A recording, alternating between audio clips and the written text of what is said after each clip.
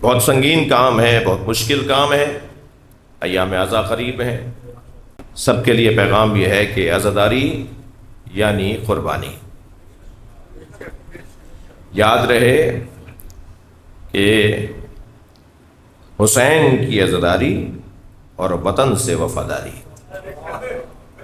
یہ ہمارا شعار ہے، یہ ہمارا اعلان ہے، یہ ہمارا عنوان ہے ہمیشہ، خاص طور پہ ایام عزا میں۔ حسین مولا کی عزاداری اور پاکستان جیسے عظیم وطن سے وفاداری، ان دونوں کا آپس میں تضاد نہیں، بلکہ یہ دونوں ایک ساتھ چلیں گے، جی ایک ساتھ چلیں گے۔ اور ہر طرح کی قربانی کے لیے ہمارا تو نظریہ ہی قربانی کا نظریہ ہے، ہماری تو شناخت ہی قربانی کی شناخت ہے۔ ہم تو قربانی دینے والوں اور جانثاری اور فداکاری کرنے والوں کے ہی تو مرید اور مولائی اور چاہنے والے ہیں۔ لہذا ہماری زندگیوں میں قربانی سے دریغ اور قربانی سے فرار نہیں پایا جاتا۔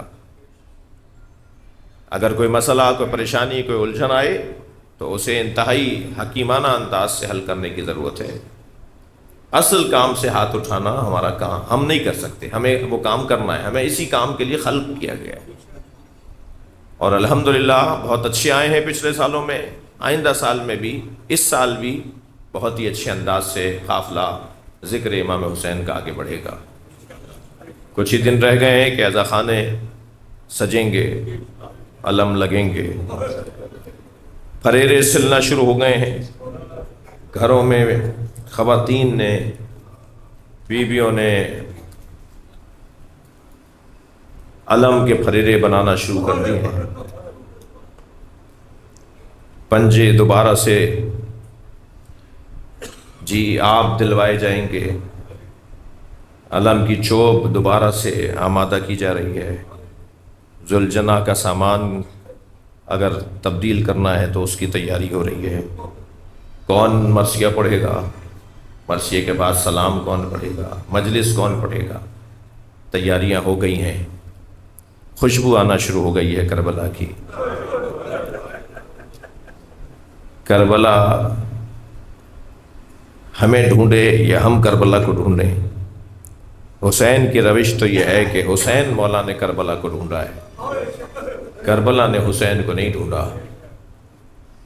کربلا جانا ہے، کربلا جانا ہے، کربلا کے لیے مدینے سے چلے تو مکہ آئے، مکے میں رہے اور پھر کربلا کے لیے ہی عراق کی طرف آ گئے۔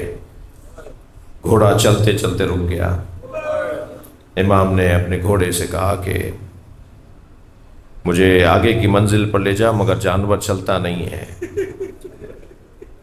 تو امام نے غیر معمولی اس کا عمل دیکھا، گھوڑا بھی معمولی نہیں ہے، نبی کی سواری ہے جی۔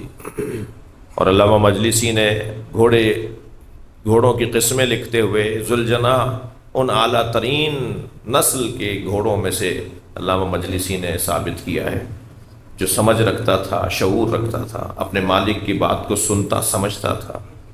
امام حسین کو کبھی اسے چابک مارنے کی ضرورت نہیں ہوتی تھی، فرماتے تھے تیز چل تو وہ تیز چلتا تھا، فرماتے تھے آہستہ چل تو وہ آہستہ چلتا تھا، فرماتے تھے کہ میں اترنا چاہتا ہوں تو وہ گھٹنے ٹیکتا تھا تاکہ حسین کو اترتے ہوئے تکلیف نہ ہو جی۔ امام حسین کی بات کو سمجھتا تھا۔ ایک مثال کربلا کے مقتل سے دے رہا ہوں۔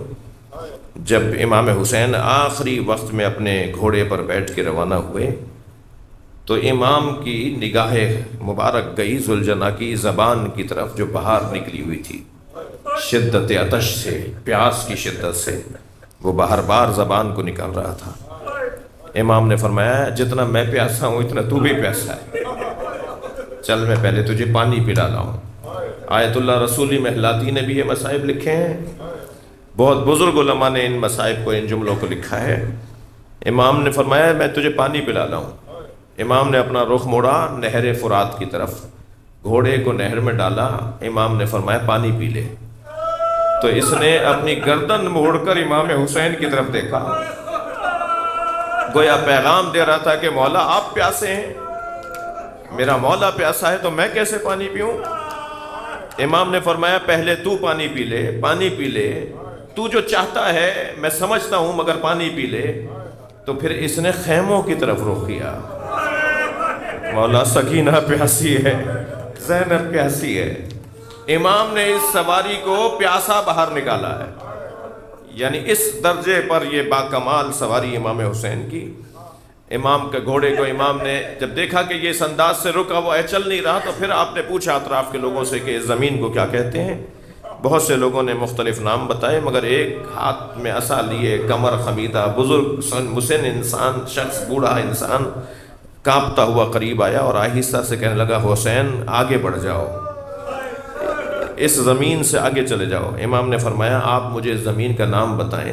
وہ کہنے لگے حسین ھذا کربلا، یہ کربلا ہے۔ جیسے امام حسین نے سنا نا یہ کربلا ہے، فوراً میرے مولا نے گھوڑے سے اتر کر فرمایا عباس یہی تو جگہ ہے جس کو میں تلاش کرتا ہوا یہاں تک پہنچا ہوں، پتہ کرو کہ یہ زمین کس کی ہے، اسے ہم خریدیں اور پھر یہاں خیمے نصب کرو۔ امام حسین نے کربلا کو ڈھونڈا ہے، کربلا نے امام حسین کو نہیں ڈھونڈا۔ یعنی حسین نے مصیبتوں کو ڈھونڈا ہے، مصیبتیں نے امام حسین کے پاس نہیں آئی ہیں۔ یہ کربلا کا بڑا پیغام ہے، حسین مصیبتوں کو ڈھونڈنے نکلے ہیں، اور پھر جب ساری مصیبتیں حسین نے اپنے اوپر لے لیں تو اب قیامت تک ہدایت کا نظام امام حسین بن گئے۔ کہیں دیکھا آپ نے کہ اس انداز سے کلاس لگتی ہو جیسی حسین کے مدرسے میں لگتی ہے؟ یہ چھوٹا سا بچہ بھی کچھ لینے آیا ہے، وہ بچی بھی کچھ سیکھنے آئی ہے، وہ بزرگ بھی کچھ سیکھنے آیا ہے۔ اس انداز سے امام حسین سے محبت کا اظہار ہوتا ہے۔ ایک باپ کی مجلس ہے، بس 2 جملے سن لیجئے مجلس مکمل کر دوں۔ سلام ہو اس بیٹے پہ جو باپ کے لاشے پہ آیا ہے، اجرکم اللہ، اجرکم اللہ۔ آپ کی آوازیں بلند ہو گئی، بس 2 جملے سنیے۔ جب پہنچے ہیں نا امام سجاد امام حسین کے لاشے پر، تو امام سجاد سے بابا کا لاشا دیکھا نہیں جا رہا تھا۔ بس ایک منظر عرض کروں گا اور مجلس مکمل کروں گا۔ امام کی انگشت مبارک انگوٹھی اتارنے والے نے کاٹ دی، امام کا عمامہ کوئی اتار کے لے گیا، امام کے نالینوں کو کوئی اتار کر لے گیا، میرے مولا حسین کے بدن پہ گھوڑے دوڑا دیے، اور بدن مبارک کا حال یہ تھا کہ بی بی زینب فرماتی ہیں میرے بھائی کی پسلیاں کمر سے نکل رہی تھیں۔ امام سجاد سے یہ منظر دیکھا نہیں گیا تو جناب زینب نے دیکھا کہ کہیں زین العابدین کی روح پرواز نہ کر جائے، بی بی نے خود کو سواری سے گرا دیا۔ جب گری تو آگے بڑھ کر امام سجاد نے سہارا دیا، کہا پھوپھی اماں یہ کیا ہوا؟ فرمایا پہلے تم بتاؤ تمہارا کیا حال ہے؟ کہا 2 قدم آگے آئیے اور بابا کا لاشا دیکھیے۔ اجرکم اللہ، اجرکم اللہ۔ جناب زینب آئیں بھائی کے لاشے پر، تو بہن سے بھائی کا لاشا پہچانا نہیں گیا، آواز دے کر کہا انت اخی زینب، کیا تم ہی زینب کے بھائی حسین ہو؟ اور پھر بندھے ہوئے ہاتھوں سے بھائی کا لاشا اٹھایا اور آواز دے کر کہا اللہم تقبل منا ھذا القربان، یا اللہ ہم اہل بیت کے پاس اس سے بڑی شے کچھ دینے کو نہیں تھی، ہم نے تیری بارگاہ میں سب سے بڑی قیمتی چیز پیش کر دی، ہماری قربانی کو قبول کر لے، ہم سے حسین کو قبول کر لے۔ لعنت اللہ علی قوم الظالمین۔